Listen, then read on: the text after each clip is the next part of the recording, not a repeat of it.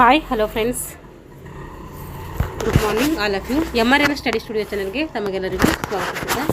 ಇವತ್ತಿನ ತರಗತಿಯಲ್ಲಿ ದೈಹಿಕ ಶಿಕ್ಷಣ ಶಿಕ್ಷಕರ ಒಂದು ಪಠ್ಯಕ್ರಮಕ್ಕೆ ಸಂಬಂಧಪಟ್ಟಂತಹ ಮೇಲಾಟಗಳಲ್ಲಿ ಬರುವಂತಹ ಮೇಲಾಟಗಳ ಅರ್ಥ ಮತ್ತು ನಿಯಮಗಳು. ಮೇಲಾಟಗಳಲ್ಲಿ ನಾವು ಎಸೆತಗಳು, ಜಿಗಿತಗಳು, ನೆಗೆತಗಳು ಇವೆಲ್ಲ ನೋಡ್ತೀವಿ. ಇವಾಗ ಈ ಮೇಲಾಟಗಳು ಅಂದರೆ ಅರ್ಥ ಏನು, ಹಾಗಾದರೆ ನಿಯಮಗಳೇನು ಅಂಥೇಳಿ ಈ ಒಂದು ವಿಷಯದ ಮೇಲೆ ಇವತ್ತಿನ ತರಗತಿಯನ್ನು ಮಾಡ್ತಾಯಿದ್ದೀನಿ. ಮೇಲಾಟಗಳು ಎಲ್ಲ ಕ್ರೀಡೆಗಳ ತಂದೆ ಅಂತೇಳಿ ಕರಿತೀವಿ. ಮೇಲಾಟಗಳಿಗೆ ಎಲ್ಲ ಕ್ರೀಡೆಗಳ ತಂದೆ ಅಂತೇಳಿ ನಾವು ಕರಿತೀವಿ. ಅಥ್ಲೆಟಿಕ್ಸ್ ಶಬ್ದವು ಅಥ್ಲಾನ್ ಎಂಬಂತಹ ಗ್ರೀಕ್ ಪದದಿಂದ ಬಂದಿದೆ. ಯಾವ ಪದದಿಂದ ಬಂದಿದೆ? ಅಥ್ಲೆಟಿಕ್ಸ್ ಎಂಬ ಶಬ್ದವು ಅಥ್ಲಾನ್ ಎಂಬ ಗ್ರೀಕ್ ಪದದಿಂದ ಬಂದಿದೆ. ಯಾವ ಶಬ್ದ ಅಂತ ಕೇಳ್ತಾರೆ? ಅಥ್ಲಾನ್ ಯಾವ ಪದದಿಂದ ಅಂದರೆ ಗ್ರೀಕ್ ಪದದಿಂದ ಬಂದಿದೆ. ಹಾಗಾದರೆ ಅಥ್ಲಾನ್ ಅಂದರೆ ಏನು ಅಂದರೆ ಸ್ಪರ್ಧೆ ಅಂತ ಅರ್ಥ. ಅಥ್ಲಾನ್ ಅಂದರೆ ಸ್ಪರ್ಧೆ ಅಂತ ಅರ್ಥ. ಒಂದು ಸ್ಟ್ಯಾಂಡರ್ಡ್ ಟ್ರ್ಯಾಕ್ ಇದೆ ಅಂದರೆ ಅದರಲ್ಲಿ ಎರಡು ನೇರ ಮತ್ತು 2 ತಿರುವುಗಳು ಹೊಂದಿರ್ತೈತೆ. ಒಂದು ಸ್ಟ್ಯಾಂಡರ್ಡ್ ಟ್ರ್ಯಾಕ್ ಅಂದರೆ ಅದು 400 ಮೀಟರ್ ಇರ್ತೈತೆ. ಅದರಲ್ಲಿ 2 ನೇರ ಮತ್ತು 2 ತಿರುವುಗಳನ್ನು ಅದು ಹೊಂದಿರ್ತೈತೆ. ಮೇಲಾಟಗಳು ವೈಯಕ್ತಿಕ ದೈಹಿಕ ಚಟುವಟಿಕೆಗಳು ಒಳಗೊಂಡಿರ್ತೈತೆ. ಮೇಲಾಟಗಳು ವ್ಯಕ್ತಿಗತ ದೈಹಿಕ ಚಟುವಟಿಕೆಗಳನ್ನು ಒಳಗೊಂಡಿರ್ತೈತೆ. ಮೇಲಾಟಕ್ಕೆ ಸಂಬಂಧಪಟ್ಟ ಎಲ್ಲ ಕ್ರೀಡಾಪಟುಗಳು ಅಂತಾರಾಷ್ಟ್ರೀಯ ಅಮೇಚೂರ್ ಅಥ್ಲೆಟಿಕ್ಸ್ ಫೆಡರೇಷನ್ ಈ ಒಂದು ಸ್ಪರ್ಧೆಯ ನಿಯಮಗಳಿಗೆ ಅನುಸಾರವಾಗಿ ನಡೀತವೆ. ಅಥ್ಲೆಟಿಕ್ ಎದುರು ಒಂದು ಅಂಡರಲ್ಲಿ ನಡೀತವೆ ಅಂದರೆ IAAF ಅಂದರೆ ಐ ಅಂದರೆ ಇಂಟರ್ನ್ಯಾಷನಲ್ ಅಮೇಚೂರ್ ಅಥ್ಲೆಟಿಕ್ಸ್ ಫೆಡರೇಷನ್. ಈ ಸ್ಪರ್ಧೆಯ ನಿಯಮಗಳಿಗೆ ಅನುಸಾರವಾಗಿ ಕಾಲಕಾಲಕ್ಕೆ ನಡೀತವೆ. AAFI ಅಂದರೆ ಏನು? Amateur athletics federation of India. Amateur athletic federation of India ಅದಕ್ಕೆ ಏನಂತೀವಿ? AAFI ಅಂಥೇಳಿ ಕರಿತೀವಿ. KAAF Karnataka state amateur athletics federation. Karnataka state amateur athletics federation. SAF ಅಂದರೆ south Asian federation games. South Asian federation games SAF ಅಂತೇಳಿ ಕರಿತೀವಿ. South Asian federation games. AAC Asian athletics championship. AAC ಅಂದರೆ Asian athletics championship. IAM international athletics meets. International athletics meets. IAM ಅಂದರೆ international athletics meets ಅಂತೇಳಿ ನಾವು ಕರಿತೀವಿ. IAAF ಅಂತಾರಾಷ್ಟ್ರೀಯ amateur athletic federation. IAAF ಅಂದರೆ international amateur athletic federation.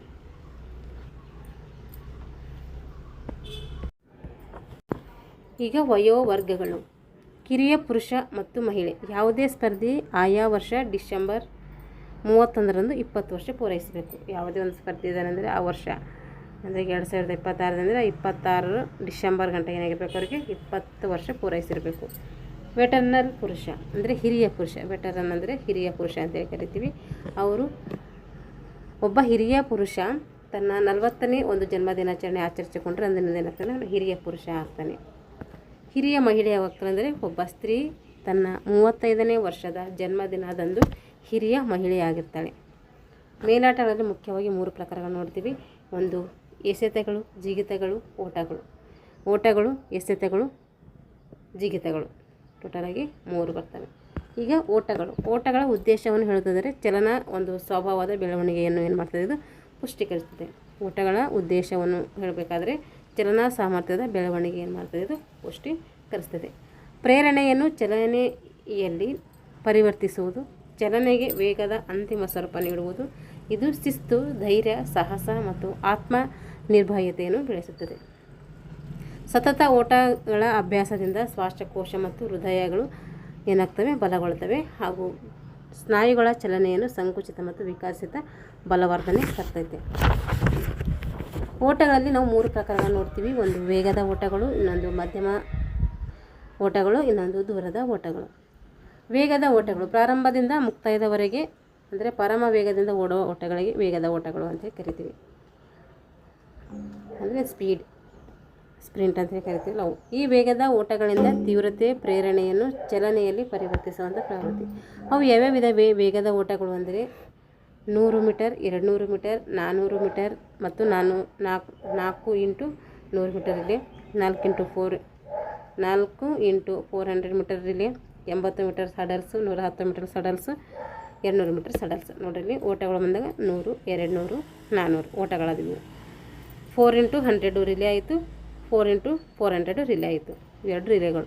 ಹಡಲ್ಸಲ್ಲಿ 80 metre hurdles, 110 metre hurdles, 200 metre hurdles. ಇಷ್ಟು ಏನು ವೇಗದ ಓಟಗಳಲ್ಲಿ ಬರ್ತವೆ. ಈಗ ಮಧ್ಯಮ ದೂರದ ಓಟಗಳು ಅಥವಾ ಮಧ್ಯಮ ಕ್ರಮಾಂಕದ ಓಟಗಳು. ವೇಗದ ಓಟಗಳ ತಂತ್ರಗಳನ್ನು ಸಡಿಲಿಸಿ ಮಧ್ಯಮ ಓಟಗಳಿಗೆ ಪರಿವರ್ತಿಸುವಾಗ ಏನಾಗ್ತೀವಿ ವೇಗದ ಓಟಗಳು ಅಂಥೇಳಿ ಮಧ್ಯಮ ಓಟಗಳು ಅಂತೇಳಿ ಕರಿತೀವಿ. ಓಟಗಾರನು ವೇಗವನ್ನು ಹೊಂದಾಣಿಕೆಯಿಂದ ಕ್ರಮೇಣ ಹೆಚ್ಚಿಸ್ಕೊಳ್ಬೋದು. ಇಲ್ಲಿ ಯಾವ್ಯಾವ ಬರ್ತದೆ ಅಂದರೆ 800 ಮೀಟರ್ ಬರ್ತೈತೆ, 1500 ಮೀಟರ್ ಬರ್ತೈತಿ, 3000 ಬರ್ತೈತೆ, 400 ಮೀಟರ್ ಹಡಲ್ಸ್ ಬರ್ತೈತೆ.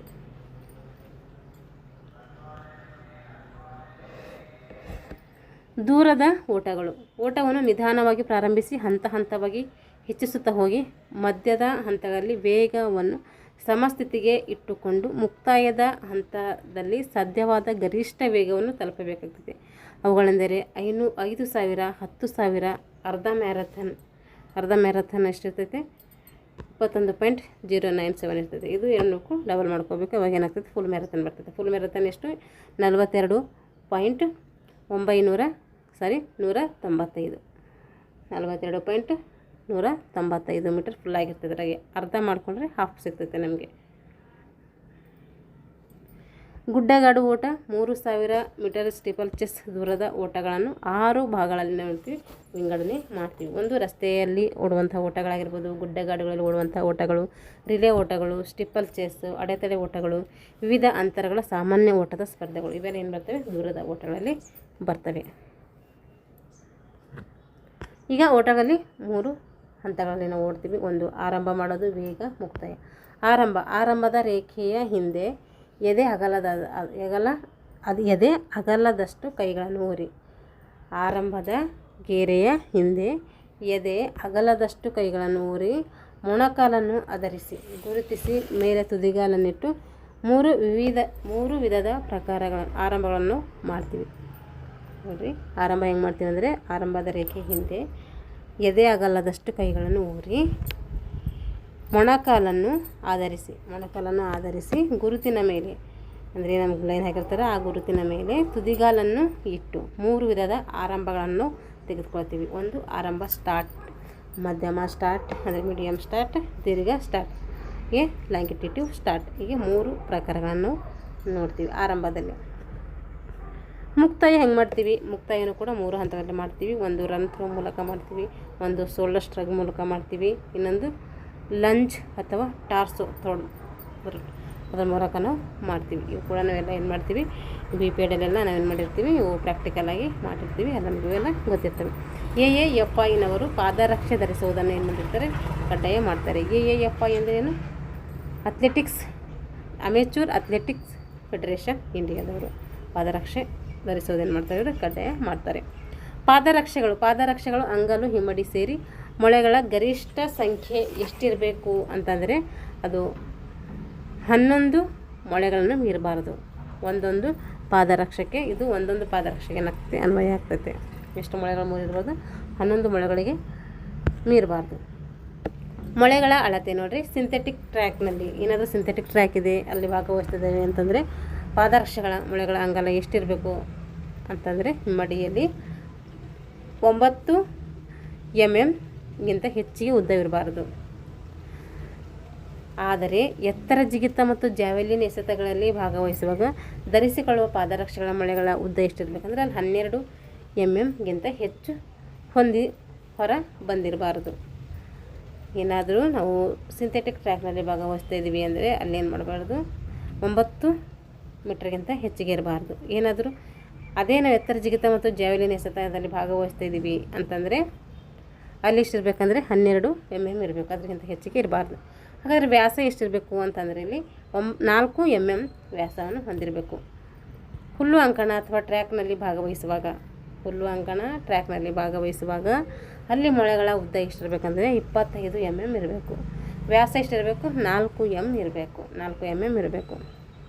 ಹೊಳೆಗಳ ಉದ್ದ 25 mm ಮತ್ತು ವ್ಯಾಸ 4 mm ಇರಬೇಕು. ಅದಕ್ಕಿಂತ ಹೆಚ್ಚಿಗೆ ಇರಬಾರ್ದು. ಎತ್ತರ ಜಿಗಿತದಲ್ಲಿ ಪಾದರಕ್ಷೆಗಳ ಅಂಗಾಲು 13 mm ಹೆಚ್ಚು ದಪ್ಪ ಇರಬಾರ್ದು. ಅದೆಷ್ಟಿರ್ಬಾರ್ದು? 13 mm ಹೆಚ್ಚು ದಪ್ಪ ಇರಬಾರ್ದು. ಮತ್ತು ಹಿಮ್ಮಡಿಯ ದಪ್ಪ 19 mm ಹೆಚ್ಚಿರಬಾರ್ದು. ಹಿಮ್ಮಡಿಯ ಒಂದು ದಪ್ಪ 19 mm ಹೆಚ್ಚಿಗೆ ಇರಬಾರ್ದು. ಇದು ಸ್ವಲ್ಪ ನೋಡ್ಕೊಳ್ಬೇಕು ನೋಡಿರಿ. ಇದು ಯಾವುದಾದಕ್ಕೆ ಎಷ್ಟು ಸಿಗಬೇಕು ಅಂತೇಳಿ ನೀವು ನೆನ್ಪಿಟ್ಕೋಬೇಕು. ಈಗ ಸೂಚನೆ: ಕೃತಕ ಅನುಕೂಲ ಪಡೆಯುವಂತಹ ಯಾವುದೇ ಒಂದು ರಬ್ಬರ್ ಪದರು ಮುಂತಾದವುಗಳನ್ನು ಪಾದರಕ್ಷೆಯೊಳಗೆ ಇರಿಸಿಕೊಳ್ಳಲು ಅವಕಾಶ ಇರಲ್ಲ. ಕೃತಕವಾಗಿ ಅನುಕೂಲ ನಮಗೇನಾದರೂ ಕಂಫರ್ಟಬಲ್ ಆಗಲಿ ಅಂಥೇಳಿ ಯಾವುದಾದ್ರೂ ಒಂದು ರಬ್ಬರ್ ಪದರು ಅಥವಾ ಬೇರೆ ಮುಂತಾದ ಯಾವುದಾದ್ರೂ ಪಾದರಕ್ಷೆದೊಳಗೆ ಇರಿಸಿಕೊಳ್ಳಲು ಅವಕಾಶ ಇರೋದಿಲ್ಲ. ಸಂಕ್ಷಿಪ್ತ ನಿಯಮಗಳು: ರೆಫ್ರಿಯು ಸ್ಪರ್ಧೆಗೆ ಗೊತ್ತುಪಡಿಸಿದ ಕ್ರಮಾಂಕದಲ್ಲಿ ಭಾಗವಹಿಸಲು ತಿಳಿಸಿದ ಸ್ಪರ್ಧಿಯು ಆ ಪ್ರಯತ್ನವನ್ನು ತೆಗೆದುಕೊಳ್ಳದಿದ್ದಲ್ಲಿ ನಿಯಮದ ಪ್ರಕಾರ ಆ ಪ್ರಯತ್ನದ ಕಾಲಾವಧಿ ಮುಗಿದ ಕೂಡಲೇ ಆ ಪ್ರಯತ್ನವನ್ನು ದೋಷಪೂರ್ವಕ ಪ್ರಯತ್ನ ಅಂತೇಳಿ ದಾಖಲು ಮಾಡಬೇಕು. ರೆಫ್ರಿ ಸ್ಪರ್ಧೆಗೆ ಏನು ಮಾಡ್ತಾರೆ, ಒಂದಿಷ್ಟು ಸೆಕೆಂಡ್ಸ್ಗಳಂತ ಕೊಟ್ಟಿರ್ತಾರೆ. ಅಂದರೆ 90 ಸೆಕೆಂಡ್ಸ್ ಕೊಡ್ತಾರೆ ಅವರಿಗೆ. ಆ 90 ಸೆಕೆಂಡ್ಸಲ್ಲಿಯೇ ಅವನ ಸ್ಪರ್ಧೆ ಏನು ಮಾಡಬೇಕು, ಆ ಸುತ್ತನ್ನು ಪೂರ್ಣಗೊಳಿಸಬೇಕು. ಒಂದು ವೇಳೆ ಆ ಒಂದು ಪ್ರಯತ್ನ ಪೂರ್ಣಗೊಳಿಸದಿದ್ದಲ್ಲಿ ಅದನ್ನೇನಾಗ್ತದೆ, ದೋಷಪೂರ್ವಕ ಪ್ರಯತ್ನ ಅಂಥೇಳಿ ದಾಖಲು ಮಾಡ್ಕೋತಾರೆ. ಒಬ್ಬ ಸ್ಪರ್ಧಿಯು ಕ್ರೀಡಾ ಮನೋಭಾವಕ್ಕೆ ಧಕ್ಕೆ ತರುವ ರೀತಿಯಲ್ಲಿ ವರ್ತಿಸಿದಾಗ ಅವನನ್ನು ಸ್ಪರ್ಧೆಯಿಂದ ಏನು ಮಾಡ್ತಾರೆ, ಅನರ್ಹಗೊಳಿಸ್ತಾರೆ. ಮುಕ್ತಾಯ ಗೆರೆ: ತೀರ್ಪುಗಾರರು ಮುಕ್ತಾಯ ಗೆರೆ ನೇರವಾಗಿ ಟ್ರ್ಯಾಕ್ನ ಒಳಗಡೆ ಸುಮಾರು 5 ಮೀಟರ್ ಅಂತರದಲ್ಲಿ ಮೇಲೆತ್ತಿರುವ ವೇದಿಕೆಯ ಮೇಲೆ ಕುಳಿತು ಕೆಲಸ ನಿರ್ವಹಿಸಬೇಕು. ಮುಕ್ತಾಯದ ಗೆರೆ ಇರ್ತದಲ್ಲ, ಅಲ್ಲಿ ತೀರ್ಪುಗಾರರು ಮುಕ್ತಾಯದ ಗೆರೆ ನೇರವಾಗಿ ಏನು ಮಾಡ್ತಾರೆ, ಒಂದು ಟ್ರ್ಯಾಕ್ನ ಒಳಗಡೆ 5 ಮೀಟರ್ ಅಂತರದಲ್ಲಿ ಏನು ಮಾಡ್ತಾರೆ, ಒಂದು ಎತ್ತರವಾದಂಥ ಒಂದು ವೇದಿಕೆ ಹಾಕಿರ್ತಾರೆ. ಅಂದರೆ ಸ್ಟ್ಯಾಂಡ್ಗಳು ಹಾಕಿರ್ತಾರಲ್ಲ, ಅದರ ಮೇಲೆ ಕುಳಿತಿರಬೇಕು, ಕೆಲಸವನ್ನು ಮಾಡಬೇಕು.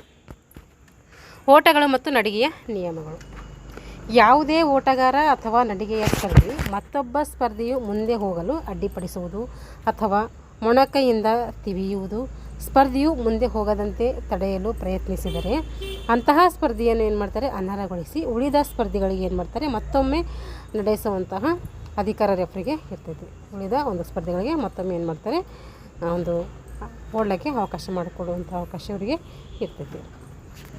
ಯಾವುದೇ ಸ್ಪರ್ಧಿ ಓಡುವಾಗ ಬೇರೆ ಸ್ಪರ್ಧಿಯಿಂದ ತಳ್ಳಲ್ಪಟ್ಟು ತಾನು ಓಡುತ್ತಿರುವ ಓಣೆಯ ಬದಲು ಹೊರ ಓಣಿಯಲ್ಲಿ ಓಡಿದಾಗ ಆ ಓಣಿಯಲ್ಲಿ ಓಡುತ್ತಿರುವ ಸ್ಪರ್ಧಿಗೆ ತೊಂದರೆಯಾಗದಿದ್ದಲ್ಲಿ ಮತ್ತು ಯಾವುದೇ ರೀತಿಯ ಅನುಕೂಲವನ್ನು ಪಡೆಯದಿದ್ದಲ್ಲಿ ಅಂತಹ ಸ್ಪರ್ಧೆಯನ್ನು ಅನರ್ಹಗೊಳಿಸಬಾರ್ದು.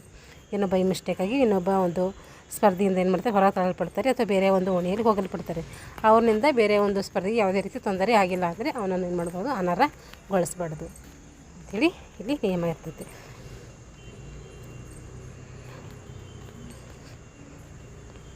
ನೇರದಲ್ಲಿ ಅಂದರೆ ನೋಡಿರಿ, ಅನರ್ಹಗೊಳಿಸಬಾರ್ದು ಆ ರೀತಿ ಮಾಡಿದವರಿಗೆ. ಇಲ್ಲಿ ಒಬ್ಬ ಸ್ಪರ್ಧಿ ನೇರದಲ್ಲಿ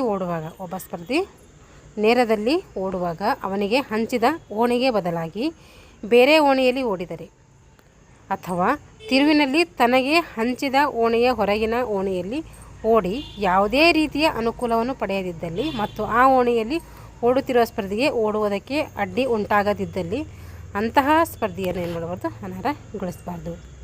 ಏನು ಮಾಡ್ತಾನೆ, ಒಬ್ಬ ಸ್ಪರ್ಧಿ ನೇರದಲ್ಲಿ ಓಡುವಾಗ ಅವನಿಗೆ ಹಂಚಿದ ಓಣಿಗೆ ಬದಲಾಗಿ ಬೇರೆ ಓಣಿಯಲ್ಲಿ ಓಡಿದರೆ ಅಥವಾ ತಿರುವಿನಲ್ಲಿ ತನಗೆ ಹಂಚಿದ ಓಣಿಯ ಹೊರಗಿನ ಓಣಿಯಲ್ಲಿ ಓಡಿ ಯಾವುದೇ ರೀತಿಯ ಏನು ಮಾಡೋಂಗಿಲ್ಲ, ಅನುಕೂಲ ಪಡೆದಿಲ್ಲ ಅವನು ಮತ್ತು ಆ ಓಣಿಯಲ್ಲಿ ಓಡುತ್ತಿರುವ ಸ್ಪರ್ಧೆಗೆ ಓಡುವುದಕ್ಕೆ ಯಾವುದೇ ರೀತಿ ಅಡ್ಡಿ ಕೂಡ ಮಾಡಿಲ್ಲ, ಅಂತಹ ಸ್ಪರ್ಧೆಯನ್ನು ನಾನು ಏನು ಮಾಡೋಕ್ಕೆ ಬರೋಲ್ಲ, ಅನರ್ಹಗೊಳಿಸೋಕ್ಕೆ ಬರೋದಿಲ್ಲ. ಉದಾಹರಣೆ ನೋಡಿ ಇಲ್ಲಿ ಕೊಟ್ಟಿದ್ದಾರೆ. 4ನೇ ಓಣಿಯ ಸ್ಪರ್ಧಿ ಇದ್ದಾನೆ, ಅವನು ತಿರುವಿನಲ್ಲಿ 3ನೇ ಓಣಿಯಲ್ಲಿ ಓಡ್ತಾ ಇರ್ತಾನೆ. ಹಾಗೆ ನೋಡಿರಿ, 4ನೇ ಸ್ಪರ್ಧಿ ಇದ್ದಾನೆ, ತಿರುವಿನಲ್ಲಿ 3ನೇ ಓಣಿಯಲ್ಲಿ ಓಡಿದರೆ ಅನರ್ಹನಾಗುತ್ತಾನೆ. ಆದರೆ 5ನೇ ಓಣಿಯಲ್ಲಿ ಓಡಿ ಆ ಓಣಿಯ ಸ್ಪರ್ಧೆಗೆ ಅನಾನುಕೂಲ ಮಾಡದಿದ್ದಲ್ಲಿ ಅವನು ಅನರ್ಹಗೊಳ್ಳುವುದಿಲ್ಲ. 4ನೇ ಓಣಿ ಕೊಟ್ಟಿದ್ದಾರೆ ಅವನಿಗೆ, 3ನೇ ಓಣಿಯಲ್ಲಿ ಓಡಿದರೆ ಅವನು ಅನರ್ಹಗೊಳ್ತಾನೆ. ಆದರೆ 4ನೇ ಓಣಿದವ 5ನೇ ಓಣಿಯಲ್ಲಿ ಓಡಿ ಆ ಓಣಿಯ ಸ್ಪರ್ಧೆಗೆ ಯಾವುದೇ ರೀತಿಯಂಥ ಅನಾನುಕೂಲ ಅವನಿಂದ ಆಗೋದಿಲ್ಲ ಅಂತ ಆವಾಗ ಏನು ಮಾಡೋಕ್ಕೆ ಬರೋಲ್ಲ, ಅವನಿಗೂ ಅನರ್ಹಗೊಳಿಸೋಕ್ಕೆ ಬರೋದಿಲ್ಲ. ಈ 3 ಸಂದರ್ಭಗಳನ್ನು ಬಿಟ್ಟು ಉಳಿದ ಸಂದರ್ಭಗಳಲ್ಲಿ ಬೇರೆ ಓಣಿಗಳಲ್ಲಿ ಓಡಿದರೆ ಅನರ್ಹಗೊಳಿಸುವಂಥ ಅಧಿಕಾರ ಯಾರಿಗಿರ್ತೈತೆ, ರೆಫ್ರಿಗೆ ಇರ್ತೈತೆ. ಸ್ಪರ್ಧೆಯು ಟ್ರ್ಯಾಕ್ನಿಂದ ಅಥವಾ ಓಡುವ ಹಾದಿಯಿಂದ ಸ್ವಯಂ ಪ್ರೇರಣೆಯಿಂದ ನಿರ್ಗಮಿಸಿದಾಗ ಸ್ಪರ್ಧಿಯು ಟ್ರ್ಯಾಕ್ನಿಂದ ಅಥವಾ ಓಡುವ ಹಾದಿಯಿಂದ ಸ್ವಯಂ ಪ್ರೇರಣೆಯಿಂದ ನಿರ್ಗಮಿಸಿದಾಗ ಅವನಿಗೆ ಮತ್ತೆ ಮುಂದುವರಿಯಲು ಅವಕಾಶ ಇರೋದಿಲ್ಲ. ಏನು ಮಾಡ್ತಾನೆ, ಒಬ್ಬ ಸ್ಪರ್ಧಿಯು ಟ್ರ್ಯಾಕ್ನಿಂದ ಓಡುವಾಗ ಅಥವಾ ಓಡುವ ಹಾದಿಯಿಂದ ಸ್ವಯಂ ಪ್ರೇರಣೆಯಿಂದ ತನಗೆ ತಾನೇನು ಮಾಡ್ತಾನೆ, ಹಿಂದಕ್ಕೆ ಬರ್ತಾನೆ, ಬೇಡ ನನಗಿದೆ ಅಂತೇಳಿ ಅವನಿಗೆ ಮತ್ತೆ ಮುಂದುವರಿಸುವಂಥ ಅವಕಾಶ ಕೊಡೋದಿಲ್ಲ. ಬಂದಮೇಲೆ ಮತ್ತೆ ನಾನು ಓಡ್ತೀನಿ ಅಂದರೆ ಅವನಿಗೆ ಯಾವ ರೀತಿ ಅವಕಾಶ ಕೊಡೋಕ್ಕೆ ಬರೋದಿಲ್ಲ. ಉದಾಹರಣೆ ನೋಡಿ, ಸೂಚನೆ ಕೊಟ್ಟಿದ್ದಾರೆ ನೋಡ್ರಿ. ಸೂಚನೆ ಏನಿದೆ, ರಸ್ತೆ ಓಟದ ಸ್ಪರ್ಧೆಗಳಿರ್ತವೆ ಮತ್ತು ಟ್ರ್ಯಾಕ್ನಲ್ಲಿ ನಡೆಯುವಂಥ 20 ಕಿಲೋಮೀಟರ್ ಅಥವಾ ಅದಕ್ಕಿಂತ ಹೆಚ್ಚು ದೂರದ ನಡಿಗೆಯ ಸ್ಪರ್ಧೆಗಳಲ್ಲಿ ತೀರ್ಪುಗಾರರ ಅನುಮತಿಯನ್ನು ಪಡೆದು ಹೊರಬರಬಹುದು. ರಸ್ತೆ ಓಟದ ಸ್ಪರ್ಧೆಗಳು, ರಸ್ತೆ ಮೇಲೆ ನಡೆಸ್ತಾರಲ್ಲ ಆ ಒಂದು ಸ್ಪರ್ಧೆಗಳು ಅಥವಾ ಟ್ರ್ಯಾಕ್ನಲ್ಲಿ ನಡೆಯುವಂಥ 20 ಕಿಲೋಮೀಟರ್ ಅಥವಾ ಅದಕ್ಕಿಂತ ಹೆಚ್ಚು ದೂರದ ನಡಿಗೆಗಳು ಕೂಡ ನಡೆಸ್ತಾರೆ. ಆ ಒಂದು ಸಮಯದಲ್ಲಿ ತೀರ್ಪುಗಾರರ ಅನುಮತಿ ಪಡೆದು ಹೊರಬರಬಹುದು. ಆದರೆ ನಡೆಯಬೇಕಾದ ದೂರ ಕಡಿಮೆಯಾಗಬಾರ್ದು. ಇಲ್ಲಿ ರಿಲೇ ಸ್ಪರ್ಧೆಯನ್ನು ಹೊರತುಪಡಿಸಿ, ರಿಲೇ ಆಡಿಸುವಂಥ ಸ್ಪರ್ಧೆಯನ್ನು ಹೊರತುಪಡಿಸಿ ತಾನು ಓಡುವ ಓಣಿಯಲ್ಲಿ ಅಥವಾ ಟ್ರ್ಯಾಕ್ನಲ್ಲಿ ಯಾವುದೇ ರೀತಿಯ ಗುರುತು ಇರಿಸಿಕೊಳ್ಳಲು ಅವಕಾಶ ಇರೋದಿಲ್ಲ. ರಿಲೇ ಸ್ಪರ್ಧೆಯನ್ನು ರಿಲೇಯಲ್ಲಿ ಇರ್ತೈತೆ, ಬೇರೆ ಯಾವುದೇ ಒಂದು ಓಟದಲ್ಲಿ ಏನಾಗಿರೋಂಗಿಲ್ಲ, ಅಲ್ಲಿ ಯಾವುದೇ ರೀತಿ ಗುರುತುಗಳನ್ನು ಇರಿಸ್ಕೊಳ್ಳೋಕ್ಕೆ ಅಲ್ಲಿ ಅವಕಾಶ ಇರೋದಿಲ್ಲ. ಸಾಧ್ಯವಾದ ಮಟ್ಟಿಗೆ ಒಂದೇ ತಂಡದ ಇಬ್ಬರು ತಂಡದವರು ಇರ್ತಾರೆ, ಅವರಿಬ್ಬರು ಸ್ಪರ್ಧಿಗಳು ಪ್ರಥಮ ಸುತ್ತಿನಲ್ಲಿಯೇ ಒಂದೇ ಹಿಟ್ಸ್ನಲ್ಲಿ ಓಡದಂತೆ ಎಚ್ಚರ ವಹಿಸಬೇಕು. ಹೇಳಬೇಕು, ಒಂದು ತಂಡದ ಇಬ್ಬರು ಓಟಗಾರರು ಒಂದೇ ಒಂದು ಹಿಟ್ಸ್ನಲ್ಲಿ ಓಡಿಸೋಂಗಿಲ್ಲ, ಬೇರೆ ಹಿಟ್ಸಲ್ಲಿ ಓಡುವಂತೆ ನೋಡ್ಕೊಳ್ಬೇಕು. ಯಾರು ರೆಫ್ರಿ ನೋಡ್ಕೋಬೇಕು. ವೇಗದ ಓಟಗಳಲ್ಲಿ ಕಡ್ಡಾಯವಾಗಿ ಕ್ರೌಚ್ ಪ್ರಾರಂಭವನ್ನು ಉಪಯೋಗಿಸಬೇಕು. 400 ಮೀಟರ್ ಓಟದವರೆಗೆ ಅದು ಕಡ್ಡಾಯ. 100 ಮೀಟರಿಂದ 400 ಮೀಟರ್ ಓಟದವರೆಗೆ ಕಡ್ಡಾಯವಾಗಿ ಇರ್ತದೆ. ದೇಹದ ಯಾವುದಾದರೂ 5 ಭಾಗಗಳನ್ನು ಕಡ್ಡಾಯವಾಗಿ ನೆಲಕ್ಕೆ ತಾಕಿರಬೇಕು. ಈ ಒಂದು ಕ್ರೌಚ್ನಲ್ಲಿ ದೇಹದ ಯಾವುದೇ 5 ಭಾಗಗಳು ಕಡ್ಡಾಯವಾಗಿ ನೆಲಕ್ಕೆ ತಾಕಿರಬೇಕು. ಹಿಟ್ಸ್ನಲ್ಲಿ ಓಡುವ ಸ್ಪರ್ಧಿಗಳೆಲ್ಲರೂ ಚೀಟಿಯನ್ನು ತಮಗೆ ದೊರೆತ ಕ್ರಮ ಸಂಖ್ಯೆಯಲ್ಲಿ ಓಡಬೇಕು. ಹಿಟ್ಸ್ನಲ್ಲಿ ಓಡುವ ಸ್ಪರ್ಧಿಗಳೆಲ್ಲರೂ ಚೀಟಿಯನ್ನು ತಮಗೆ ದೊರೆತ ಕ್ರಮ ಸಂಖ್ಯೆಯಲ್ಲಿಯೇ ಓಡಬೇಕು. ಉತ್ತಮ ರ್ಯಾಂಕಿಂಗ್ ಮತ್ತು ಕಾಲಾವಧಿ ಹೊಂದಿರುವಂತಹ 4 ಸ್ಪರ್ಧಿಗಳಿಗೆ ಅಥವಾ ತಂಡಗಳಿಗೆ 3, 4, 5 ಮತ್ತು 6ನೇ ಓಣಿಗಳ ಕ್ರಮ ಸಂಖ್ಯೆಯನ್ನು ನೋಡಲಿ. ಉತ್ತಮ ರ್ಯಾಂಕಿಂಗ್ ಅಥವಾ ಕಾಲಾವಧಿ ಹೊಂದಿರುವಂತಹ 4 ಸ್ಪರ್ಧಿಗಳಿಗೆ ಅಥವಾ 4 ತಂಡಗಳಿಗೆ ಏನು ಮಾಡ್ತಾರೆ, 4 ಸ್ಪರ್ಧಿಗಳಿಗೆ ಅಥವಾ ತಂಡಗಳಿಗೆ, 4 ತಂಡಗಳಿಗಲ್ಲ, 4 ಸ್ಪರ್ಧಿಗಳಿಗೆ ಅಥವಾ ತಂಡಗಳಿಗೆ 3, 4, 5, 6ನೇ ಓಣಿಗಳ ಕ್ರಮ ಸಂಖ್ಯೆಯನ್ನು ಚೀಟಿಯನ್ನು ತೆಗೆದು ಅವರ ಓಡಬೇಕಾದ ಓಣಿಯನ್ನು ನಿಗದಿಪಡಿಸ್ತಾರೆ. ಉಳಿದ 4 ಸ್ಪರ್ಧಿಗಳಿಗೆ ಅಥವಾ ತಂಡಗಳಿಗೆ ಅಂದರೆ 1, 2, 7 ಮತ್ತು 8 ಟೋಟಲ್ ಇರೋದು ಓಣಿಗಳೆಷ್ಟು, 8 ಓಣಿಗಳು. ಆ ಒಂದು ಓಣಿಗಳ ಕ್ರಮ ಸಂಖ್ಯೆಗಳ ಚೀಟಿಯನ್ನು ತೆಗೆದು ಅವರ ಓಡಬೇಕಾದ ಓಣಿಯಲ್ಲಿ ಏನು ಮಾಡ್ತಾರೆ, ನಿಗದಿ ಮಾಡ್ತಾರೆ. ಅಂದರೆ ಇಲ್ಲಿ ಉತ್ತಮ ಒಂದು ರ್ಯಾಂಕಿಂಗ್ ಪಡೆದವರಿಗೆ ಮತ್ತು ಉತ್ತಮ ಕಾಲಾವಧಿ ಹೊಂದಿದವರಿಗೆ ಅವ್ರಿಗೇನು ಮಾಡ್ತಾರೆ, ಅವ್ರಿಗೆ ಮೊದಲಿನ ಒಂದು ಪ್ರಿಫರೆನ್ಸ್ ಕೊಡ್ತಾರೆ ಅಂತ ಅರ್ಥ ಇದೆ. ಇಲ್ಲಿ ಟಿಪ್ಪಣಿ, 8 ಓಣಿಗಿಂತ ಕಡಿಮೆ ಇದ್ದಲ್ಲಿ ಅದಕ್ಕೆ ತಕ್ಕಂತೆ ಸೂಕ್ತವಾದ ಮಾರ್ಪಾಡುಗಳನ್ನು ಕೂಡ ಏನು ಮಾಡ್ತಾರೆ, ಮಾಡ್ಕೊತಾರೆ. 9ನೇದು, ಸಾಧ್ಯವಾದ ಎಲ್ಲ ಸಂದರ್ಭಗಳಲ್ಲಿ ಯಾವುದೇ ಸುತ್ತಿನ ಕೊನೆಯ ಹಿಟ್ಸ್ ಮತ್ತು ನಂತರದ ಸುತ್ತಿನ ಮೊದಲ ಹಿಟ್ ಈ ಎರಡರ ಮಧ್ಯೆ ಈ ಕೆಳಗೆ ನಮೂದಿಸಿರುವಂತೆ ಕನಿಷ್ಠ ವಿಶ್ರಾಂತಿಯ ಕಾಲಾವಧಿ ಇರಬೇಕು. ಇದು ಅಂತಿಮ ಸ್ಪರ್ಧೆಗೂ ಏನಾಗ್ತದೆ, ಅನ್ವಯಾಗ್ತದೆ. ಸಾಧ್ಯವಾದ ಎಲ್ಲ ಸಂದರ್ಭಗಳಲ್ಲಿ ಯಾವುದೇ ಸುತ್ತಿನ ಕೊನೆಯ ಹಿಟ್ ಮತ್ತು ನಂತರದ ಸುತ್ತಿನ ಮೊದಲ ಹಿಟ್ ಈ ಎರಡರ ಮಧ್ಯೆ ಈ ಕೆಳಗೆ ನಮೂದಿಸಿರುವಂತೆ ಕನಿಷ್ಠ ವಿಶ್ರಾಂತಿಯ ಕಾಲಾವಧಿ ಏನು ಮಾಡ್ತೈತೆ ಅಲ್ಲಿ ಇಡಬೇಕು. ಇದು ಅಂತಿಮ ಒಂದು ಸ್ಪರ್ಧೆಗೂ ಕೂಡ ಅನ್ವಯಿತೈತೆ. ನೋಡಿರಿ, 200 ಮೀಟರ್ ಎಷ್ಟು ಇರಬೇಕು, ಅದು 45 ನಿಮಿಷ ವಿಶ್ರಾಂತಿ ಇರಬೇಕು. ಈಗ 200 ಮೀಟರ್ ಓಟ ಇದೆ, ನಂತರ 1000 ಮೀಟರ್ವರೆಗೂ ಓಟ ಇದೆ. ಅವ್ರಿಗೆ ಎಷ್ಟು ಕೊಡಬೇಕು, 200 ಮೀಟರ್ ಆಗಿದ್ಮೇಲೆ ಆಮೇಲೆ ಏನಿದೆ 1000 ಮೀಟರ್ ಇದೆ, ಆವಾಗ ಅದ್ರ ಮಧ್ಯೆ ಎಷ್ಟು ಕೊಡಬೇಕು, 90 ನಿಮಿಷಗಳ ವಿಶ್ರಾಂತಿಯನ್ನು ಅವರಿಗೆ ಒದಗಿಸಬೇಕು. 1000 ಮೀಟರ್ಗಿಂತ ಹೆಚ್ಚಿನ ದೂರ ಓಡಿದರೆ ಅವರಿಗೆ ಅದೇ ದಿನ ಸ್ಪರ್ಧೆ ಇರೋದಿಲ್ಲ, ನೆಕ್ಸ್ಟ್ ಡೇ ಇಡಬೇಕು. ಅಂದರೆ ವಿಶ್ರಾಂತಿ ಇಲ್ಲಿ ಕೊಡಬೇಕು ಅಂತ ಅರ್ಥ. ಮಧ್ಯಮ ಮತ್ತು ದೂರದ ಓಟಗಳಲ್ಲಿ ಸ್ಪರ್ಧಿಗಳು 12ಕ್ಕಿಂತ ಹೆಚ್ಚಿದ್ದರೆ 2 ಗುಂಪುಗಳನ್ನು ಏನು ಮಾಡ್ತಾರೆ, 2 ಗುಂಪುಗಳನ್ನಾಗಿ ಮಾಡಿ ಏಕಕಾಲದಲ್ಲಿ 2 ಹಿಟ್ಸ್ಗಳನ್ನು ಒಟ್ಟಿಗೆ ಪ್ರಾರಂಭಿಸಬಹುದು. ಮಧ್ಯಮ ಮತ್ತು ದೂರದ ಓಟಗಳಲ್ಲಿ 12ಕ್ಕಿಂತ ಹೆಚ್ಚು ಒಂದು ಸ್ಪರ್ಧೆಗಳಿದ್ದರೆ ಅವ್ರಿಗೆ ಏನು ಮಾಡ್ತಾರೆ, 2 ಗುಂಪುಗಳನ್ನು ಮಾಡಿ ಏಕಕಾಲದಲ್ಲಿ 2 ಹಿಟ್ಸ್ಗಳಲ್ಲಿ ಏನು ಮಾಡ್ತಾರೆ, ಒಟ್ಟಿಗೆ ಪ್ರಾರಂಭ ಮಾಡ್ತಾರೆ. ಈಗ ಸ್ಪರ್ಧೆಯ ನಿಯಮಗಳು. ಮೈದಾನದ ಸ್ಪರ್ಧೆಯ ನಿಯಮಗಳು. ಯಾವುದೇ ಕಾರಣದಿಂದ ಸ್ಪರ್ಧಿಯು ತಾನು ಪ್ರಯತ್ನ ಮಾಡುತ್ತಿರುವಂತಹ ಯತ್ನದಲ್ಲಿ ತಡೆ ಅಥವಾ ಅಡ್ಡಿ ಉಂಟಾದಲ್ಲಿ ನಿರ್ಣಾಯಕರಿಗೆ ಸರಿ ಎನಿಸಿದ್ದಲ್ಲಿ ಆ ಸ್ಪರ್ಧೆಗೆ ಬದಲಿ ಯತ್ನವನ್ನು ಕೊಡಬಹುದು. ಯಾವುದೇ ಕಾರಣದಿಂದ ಸ್ಪರ್ಧಿಯು ತಾನು ಪ್ರಯತ್ನ ಮಾಡುತ್ತಿರುವ ಯತ್ನದಲ್ಲಿ ತಾನು ಪ್ರಯತ್ನ ಮಾಡ್ತಿರ್ತಾನೆ, ಕ್ರೀಡಾಪಟು, ಅವನಿಗೇನಾಗ್ತೈತೆ, ಅಡ್ಡಿ ಆಗ್ತೈತೆ ಯಾವುದೋ ಒಂದು ಕಾರಣದಿಂದ. ಆವಾಗ ಅವನಿಗೆ ಅಡ್ಡಿಯಾಗಿದ್ದು ರೆಫ್ರಿಗೆ ಸರಿ ಅನಿಸಿದರೆ ಅವ್ರು ಏನು ಮಾಡ್ಬೋದು ಅಂದರೆ ನಿರ್ಣಾಯಕರಿಗೆ ಸರಿ ಅನಿಸಿದ್ದಲ್ಲಿ ಆ ಒಂದು ಸ್ಪರ್ಧೆಗೆ ಬದಲಿ ಒಂದು ಪ್ರಯತ್ನವನ್ನು ನಾವಿಲ್ಲಿ ಕೊಡ್ಬೋದು. ರೆಫ್ರಿ ಅನುಮತಿಯನ್ನು ಪಡೆದು ಒಬ್ಬ ತೀರ್ಪುಗಾರನ ಜೊತೆ ಸ್ಪರ್ಧೆಯು ನಡೆಯುತ್ತಿರುವ ಜಾಗವನ್ನು ಬಿಟ್ಟು ಹೊರಗೆ ಬರಬಹುದು. ರೆಫ್ರಿ ಅನುಮತಿಯನ್ನು ಪಡ್ಕೊಂಡು ಒಬ್ಬ ತೀರ್ಪುಗಾರನ ಜೊತೆ ಏನು ಮಾಡ್ಬೋದು, ಆ ಸ್ಪರ್ಧೆಯು ನಡೆಯುತ್ತಿರುವ ಜಾಗವನ್ನು ಬಿಟ್ಟು ಹೊರಗೆ ಬರಬಹುದು. ಯಾವುದೇ ಸ್ಪರ್ಧಿ ಒಂದು ಸುತ್ತಿನಲ್ಲಿ ಒಂದು ಯತ್ನಕ್ಕಿಂತ ಹೆಚ್ಚಿನ ಯತ್ನವನ್ನು ತೆಗೆದುಕೊಳ್ಳಲು ಅವಕಾಶ ಇರೋದಿಲ್ಲ. ಒಬ್ಬ ಸ್ಪರ್ಧಿ ಒಂದು ಯತ್ನವನ್ನು ತೆಗೆದುಕೊಳ್ಬೋದು. ಉದಾಹರಣೆಗೆ ಎತ್ತರ ಜಿಗಿತ ಆಗಿರ್ಬೋದು, ಕೋಲು ನೆಗೆತ ಮತ್ತು ಏಕಕಾಲದಲ್ಲಿ ಬೇರೆ ಬೇರೆ ಸ್ಪರ್ಧೆಗಳಲ್ಲಿ ಭಾಗವಹಿಸುವವರನ್ನು ಹೊರತುಪಡಿಸಿ. ಎತ್ತರ ಜಿಗಿತ, ಕೋಲು ಜಿಗಿತ ಹಾಗೂ ಏಕಕಾಲದಲ್ಲಿ ಬೇರೆ ಬೇರೆ ಸ್ಪರ್ಧೆಗಳಲ್ಲಿ ಭಾಗವಹಿಸುವವರನ್ನು ಹೊರತುಪಡಿಸಿ.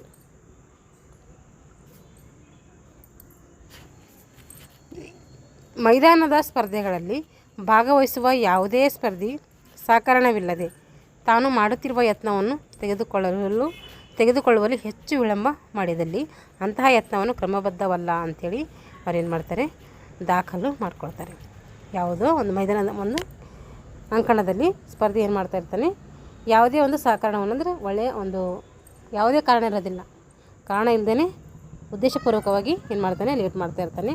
ಆ ಒಂದು ತಡ ಮಾಡ್ತಾಯಿದ್ರೆ ಏನು ಮಾಡ್ತಾರೆ, ಅಂತಹ ಯತ್ನವನ್ನು ಕ್ರಮಬದ್ಧ ಅಲ್ಲ ಅಂಥೇಳಿ ದಾಖಲು ಮಾಡ್ಕೊತಾರೆ. ಈ ಜವಾಬ್ದಾರಿ ರೆಫ್ರಿಗೆ ಇರ್ತೈತೆ. ಈ ರೀತಿ ಮಾಡೋದು ಜವಾಬ್ದಾರಿ ಯಾರಿಗಿರ್ತದೆ, ರೆಫ್ರಿಗೆ ಇರ್ತೈತೆ. ಕಾರ್ಯಪ್ರವೃತ್ತನಾಗಿದ್ದರೆ ಸ್ಪರ್ಧಿಯು ಯತ್ನವನ್ನು ಪೂರೈಸಲು ಅವಕಾಶ ಮಾಡಿಕೊಡ್ಬೋದು. ಏನಾದರೂ ಕೆಲಸ ಬೇರೆ ಅವನು ಉದ್ದೇಶಪೂರ್ವಕವಲ್ಲದೆ ಏನೋ ಒಂದು ಯಾವುದೋ ಒಂದು ಕಾರ್ಯದಲ್ಲಿ ಲೇಟ್ ಆಗಿದ್ದರೆ ಅವೇನು ಮಾಡ್ಬೋದು, ಅವಕಾಶ ಮಾಡ್ಕೊಬೋದು. ಉದ್ದೇಶಪೂರ್ವಕ ಮಾಡಿದ್ರೆ ಮಾಡಿಕೊಡೋಕ್ಕೆ ಅವಕಾಶ ಇಲ್ಲ ಇಲ್ಲಿ. ಎತ್ತರ ಜಿಗಿತ, ಉದ್ದ ಜಿಗಿತ, ತ್ರಿವಿಧ ಜಿಗಿತ, ಗುಂಡು ಎಸೆತ, ಡಿಸ್ಕಸ್ ಎಸೆತ, ಜಾವೆಲಿನ್, ಹ್ಯಾಮರ್ ಎಸೆತಗಳಿಗೆ 1 ನಿಮಿಷದ ಕಾಲಾವಕಾಶ ಇರ್ತೈತೆ.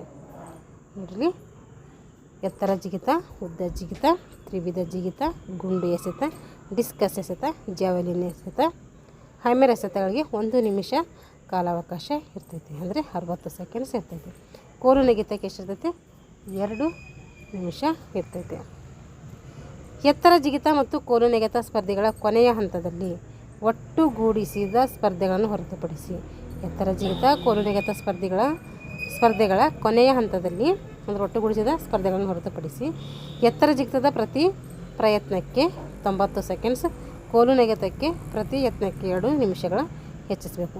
ಅಂದರೆ 2-3 ಸ್ಪರ್ಧಿಗಳಿದ್ರೆ, ಒಬ್ಬನೇ ಸ್ಪರ್ಧಿ ಇದ್ದರೆ ಅವನಿಗೇನು ಮಾಡಬೇಕಂದ್ರೆ ಎತ್ತರ ಜಿಗಿತಕ್ಕೆ 2 ನಿಮಿಷಗಳು, ಕೋಲು ನೆಗೆತಕ್ಕೆ 3 ನಿಮಿಷಗಳು ಇಲ್ಲಿ ಕೊಡಬೇಕು. ಇದು 2-3 ಸ್ಪರ್ಧೆಗಳಿದ್ದಾಗ ಮಾತ್ರ ಮಾಡೋಕ್ಕೆ ಬರ್ತೈತಿ. ಒಬ್ಬನೇ ಸ್ಪರ್ಧಿ ಇದ್ದೇ ಉಳಿದ್ರಂದ್ರೆ ಅವನಿಗೇನು ಮಾಡ್ತಾರೆ, ಎತ್ತರ ಜಿಗಿತಕ್ಕೆ 2 ನಿಮಿಷಗಳು ಅವಕಾಶ ಕೊಡ್ತಾರೆ. ಏನಾರ ಕೋಲು ನೆಗೆತ ಮಾಡ್ತಾಯಿದ್ದಾನೆ, ಕೋಲು ಜಿಗಿತ ಮಾಡ್ತಾಯಿದ್ದಾರೆ, 3 ನಿಮಿಷ ಅವಕಾಶವನ್ನು ಕೊಡ್ತಾರೆ.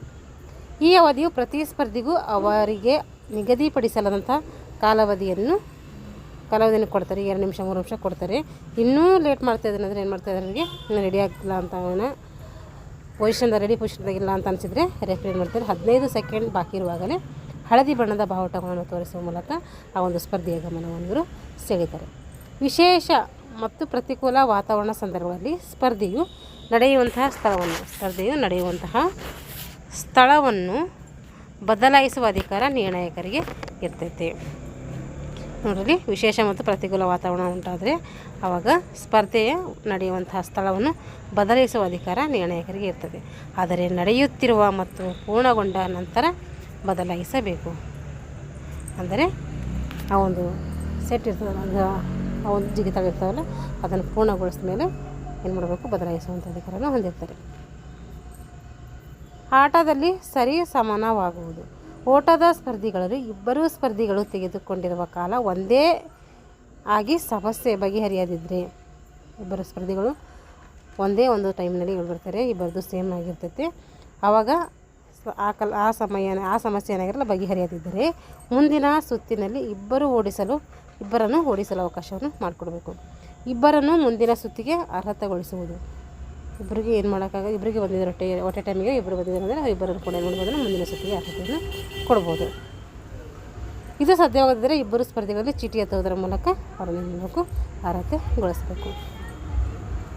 ಅಂತಿಮ ಸ್ಪರ್ಧೆಯಲ್ಲಿ ಮೊದಲ ಸ್ಥಾನಕ್ಕೆ ಈ ರೀತಿ ಟೈ ಆದರೆ, ಅಂತಿಮ ಸ್ಪರ್ಧೆಯಲ್ಲಿ ಈಗೇನೋ ಫಸ್ಟ್ ಆಯ್ತಪ್ಪ ಅವರು ಇಬ್ಬರಿಗೆ ಅರ್ಹತೆ ಕೊಟ್ಟಿವಿ, ಅಂತಿಮ ಸ್ಪರ್ಧೆಯಲ್ಲಿ ಫೈನಲಲ್ಲಿ ಏನಾದರೂ ಸೇಮ್ ಆಯಿತು ಅಂದರೆ ಮೊದಲ ಸ್ಥಾನಕ್ಕೆ ಈ ರೀತಿ ಟೈ ಆದರೆ ಕಾಲಾವಕಾಶವಿದ್ದಲ್ಲಿ ರೆಫ್ರಿಯವರಿಗೆ ಮತ್ತೊಮ್ಮೆ ಓಡಿಸಬೇಕು. ನೋಡಿರಿ, ಅಂತಿಮ ಸ್ಥಾನಕ್ಕೆ ರೀತಿ ಆದರೆ ಏನು ಮಾಡ್ತಾರೆ, ಟೈಮ್ ಇದ್ದರೆ ರೆಫ್ರಿ ಮತ್ತೊಮ್ಮೆ ಅವರನ್ನು ಓಡಿಸ್ಬೇಕು. ಅವಾಗೂ ಕೂಡ ಸಮಸ್ಯೆ ಬಗೆಹರಿಸುವಂತಹ ಅಧಿಕಾರ ಹೊಂದಿರ್ತಾರೆ.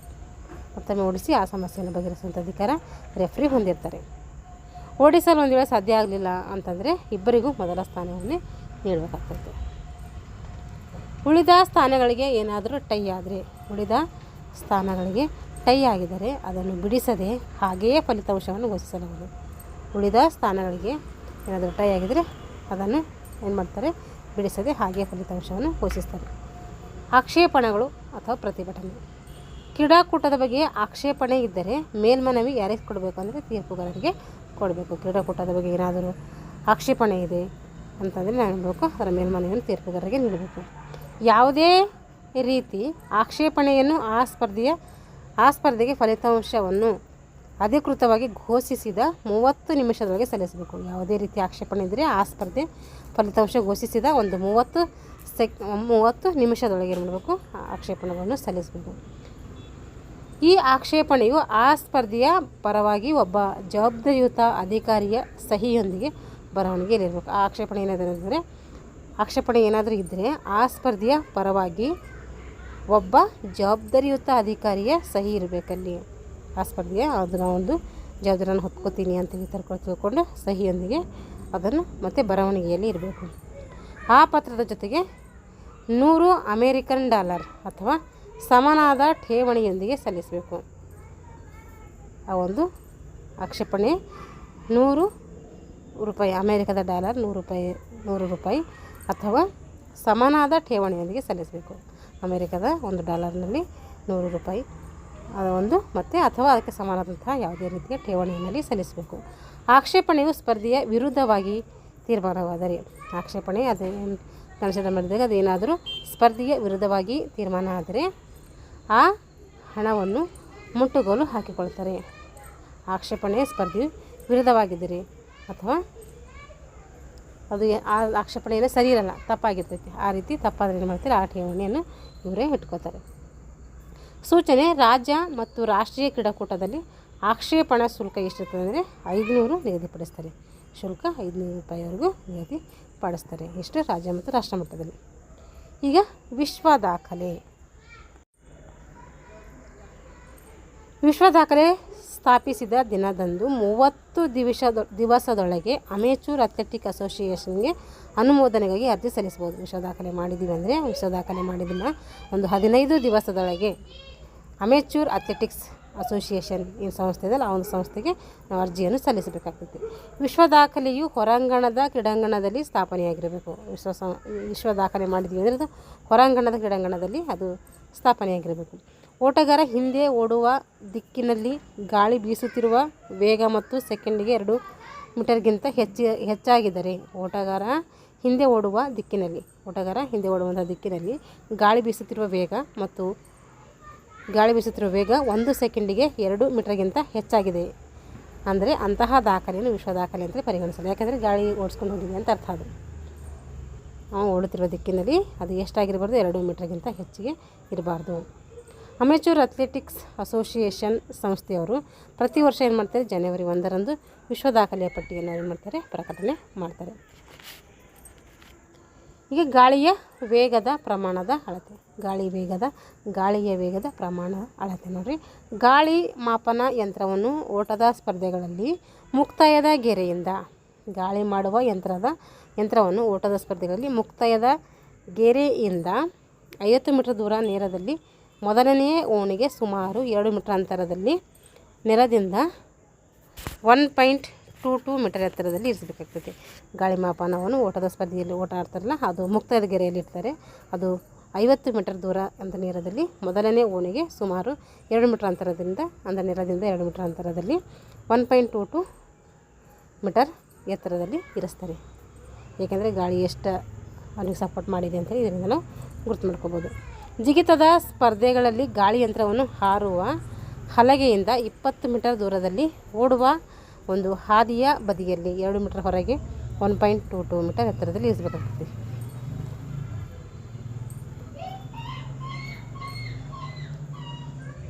ಈಗ ವಿದ್ಯುನ್ಮಾನ ಅಳತೆ ಉಪಕರಣದಲ್ಲಿ ಟ್ಯಾಕ್ಯೋಮೀಟರ್ ಎಂಬುದನ್ನು ಹೆಚ್ಚು ಬಳಕೆಯಲ್ಲಿದೆ. ವಿದ್ಯುನ್ಮಾನ ಅಳತೆ ಉಪಕರಣದಲ್ಲಿ ಟ್ಯಾಕ್ಯೋಮೀಟರ್ ಎಂಬುದನ್ನು ಹೆಚ್ಚು ಬಳಕೆಯಲ್ಲಿರುವುದನ್ನು ನಾವು ನೋಡ್ತೀವಿ. ಈ ಉಪಕರಣ ಸರಿಯಾಗಿ ಕೆಲಸ ಮಾಡುತ್ತಿರುವುದನ್ನು ಒಂದು ಎಸೆತದ ದೂರವನ್ನು ಸ್ಕೇಲ್ ಟೇಪ್ನಿಂದ ಅಳತೆ ಮಾಡಿ ಇವೆರಡರ ತಾಳೆಯನ್ನು ನೋಡಿ ಏನು ಮಾಡ್ತಾರೆ, ದೃಢ ಮಾಡ್ತಾರೆ, ದೃಢಪಡಿಸ್ಕೋತಾರೆ. ಸೂಚನೆಗಳು ಕೊಟ್ಟಿದ್ದಾರೆ ನೋಡಿರಿ. ಏನು ಸೂಚನೆಗಳು ಕೊಟ್ಟಿದ್ದಾರೆ ಅಂದರೆ, ಕಾಲಮಾಪಕರು ಮುಕ್ತಾಯ ಗೆರೆಗೆ ನೇರವಾಗಿ 5 ಮೀಟರ್ ದೂರದಲ್ಲಿ ಟ್ರ್ಯಾಕ್ನ ಹೊರಭಾಗದಲ್ಲಿ ಮೇಲೆತ್ತಿರುವ ಒಂದು ವೇದಿಕೆ ಮೇಲೆ ಕುಳಿತು ಏನು ಮಾಡಬೇಕು, ಕೆಲಸವನ್ನು ನಿರ್ವಹಿಸಬೇಕು. ಅವರು 3 ಜನ ಅಧಿಕಾರಿಗಳು ಇಲ್ಲೇನಾಗಿರ್ತಾರೆ, ಕಾಲಮಾಪಕರಾಗಿ ಕೆಲಸವನ್ನು ಮಾಡ್ತಾರೆ. 3 ಜನ ಅಧಿಕೃತ ಕಾಲಮಾಪಕರಲ್ಲಿ ಇರ್ತಾರೆ. 3 ಜನ ಇರ್ತಾರೆ ಇವೆಲ್ಲ ಒಂದು ಮಾಪಕರಾಗಿ. ಪ್ರಾರಂಭಿಕ ಸಹಾಯಕನು ಪ್ರತಿಸ್ಪರ್ಧಿಯನ್ನು ಅವರಿಗೆ ಕೊಟ್ಟಿರುವ ಓಣಿಯ ಪ್ರಾರಂಭದ ಗೆರೆಯಿಂದ ಸುಮಾರು 3 ಮೀಟರ್ ಹಿಂದೆ ನಿಲ್ಲಬೇಕು. ಪ್ರಾರಂಭಿಕ ಒಂದು ಸಹಾಯಕರಿರ್ತಾರೆ, ಅವರು ಪ್ರತಿಸ್ಪರ್ಧಿಯನ್ನು ಅವರಿಗೆ ಕೊಟ್ಟಿರುವ ಓಣಿ ಕೊಟ್ಟಿರ್ತಾರೆ, 8 ಓಣಿಗಳು ಅವರಿಗೆ ಕೊಟ್ಟಿರುವ ಓಣಿಯ ಪ್ರಾರಂಭದ ಗೆರೆಗಿಂತ ಸುಮಾರು 3 ಮೀಟರ್ ಹಿಂದೆ ನಿಲ್ಲಬೇಕು. ಪ್ರಾರಂಭ ಗೆರೆಗಿಂತ ಅವರು 3 ಮೀಟರ್ ಹಿಂದೆ ಅವ್ರ ಹಿಂದೆ ನಿಂತ್ಕೋಬೇಕು. ಒಬ್ಬ ಸುತ್ತು ಎಣಿಸುವವನು ಗರಿಷ್ಠ 4 ಸ್ಪರ್ಧಿಗಳ ಸುತ್ತನ್ನು ಎಣಿಸಬಹುದು. ಒಬ್ಬ ಲೈನ್ ಅಂಪೈರ್ಸ್ ಇದ್ದಾರೆ ಅಂದರೆ, ಲೈನ್ ಜಡ್ಜಸ್ ಇತ್ತಂದರೆ ಅವರು 4 ಜನದ್ದು ನೋಡುವುದು ಎಣಿಕೆ ಮಾಡ್ಬೋದು. ನಡಿಗೆ ಸ್ಪರ್ಧೆ ಏನಾರು ಇತ್ತಂದರೆ ಗರಿಷ್ಠ 6 ಮಂದಿದು ಮಾಡ್ಬೋದು. ಒಬ್ಬ ಎಣಿಕೆ ಮಾಡುವವನು ಮುಕ್ತಾಯದ ಗೆರೆ ಬಳಿ ಎಷ್ಟು ಸುತ್ತು ಹಾಕಿ ಉಳಿದಿದೆ ಎಂಬುದನ್ನು ಪ್ರದರ್ಶನ ಫಲಕದಲ್ಲಿ ಪ್ರದರ್ಶಿಸಬೇಕು. ಒಬ್ಬ ನಾವೇನಾರು ಸುತ್ತು ಎಣಿಸ್ತಾ ಇದ್ದೀವಿ ಅಂದರೆ ಸುತ್ತು ಎಣಿಕೆ ಮಾಡುವವರನ್ನು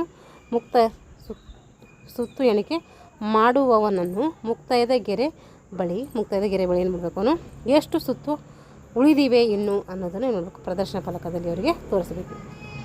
ಇವಾಗ 4 ಸುತ್ತಾಗಿದೆ ಅಂದರೆ ಇನ್ನೂ 2 ಸುತ್ತವ, ಇನ್ನು 6 ಸುತ್ತು ಓಡ್ತಾ ಇದ್ದಾರೆ, 4 ಆಗಿದ್ದಾವೆ, ಇನ್ನು 2 ಇದ್ದಾವೆ ಅಂತೇಳಿ 2 ತೋರಿಸ್ಬೇಕು. ಎಷ್ಟಿದಾವೆ ಅಂತ ತೋರಿಸ್ಬೇಕು, ಎಷ್ಟು ಆಗಿದೆ ಅಂತ ತೋರಿಸ್ಬೇಕು, ಇನ್ನು ಎಷ್ಟು ನೀನು ಮಾಡಬೇಕಂತ ತೋರಿಸ್ಬೇಕು. ಸುತ್ತು ಎಣಿಸುವವನು ಕೊನೆಯ ಸುತ್ತು ಇರುವಾಗ ಗಂಟೆ ಬಾರಿಸುವುದರ ಮೂಲಕ ಸೂಚಿಸಬೇಕು, ಇನ್ನು ಕೊನೆಯ ಸುತ್ತಿದೆ ಅಂತೇಳಿ. ಒಬ್ಬರು ಅಥವಾ ಹೆಚ್ಚು ಜನ ವಾಪಸ್ಸು ಬರ ಹೇಳುವವರು ಇರಬೇಕು. ಒಬ್ಬರು ಅಥವಾ ಅದಕ್ಕಿಂತ ಹೆಚ್ಚು ಜನ ಇರಬೇಕು, ಅವರನ್ನು ವಾಪಸ್ಸು ಬರ ಹೇಳುವವರು ಕೂಡ ಅಲ್ಲಿರಬೇಕು. ಟಿಪ್ಪಣಿ 200 metre 400 metre hurdles, 4x100 metre relay, 4x400 metre relay ಓಟದ ಸ್ಪರ್ಧೆಗಳು ನಡೆಯುವಾಗ ಕನಿಷ್ಠ 2 ಏನು ಮಾಡ್ತಾರೆ, ವಾಪಸ್ ಕರೆಯುವವರು ಇರ್ತಾರೆ. ಇಷ್ಟೇನಾಯಿತು ಟ್ರ್ಯಾಕ್ಗೆ ಸಂಬಂಧಪಟ್ಟಂತಹ ಒಂದು ಸಂಕ್ಷಿಪ್ತವಾದಂತಹ ವಿಷಯವನ್ನು ನಾವು ತಿಳ್ಕೊಂಡಿದ್ದೀವಿ. ಇಲ್ಲಿಗೆ ಏನು ಮಾಡ್ತಿದ್ದೀನಿ ಅಂದರೆ ಈ ತರಗತಿಯನ್ನು ಮುಗಿಸ್ತಾ ಇದ್ದೀನಿ. ಮುಂದಿನ ತರಗತಿಯಲ್ಲಿ ಮುಂದಿನ ಒಂದು ಲೆಸನ್ನೊಂದಿಗೆ ಮತ್ತೆ ಭೇಟಿಯಾಗೋಣ ಅಂತ ಹೇಳ್ತಾ ಎಲ್ಲರಿಗೂ ಧನ್ಯವಾದಗಳು.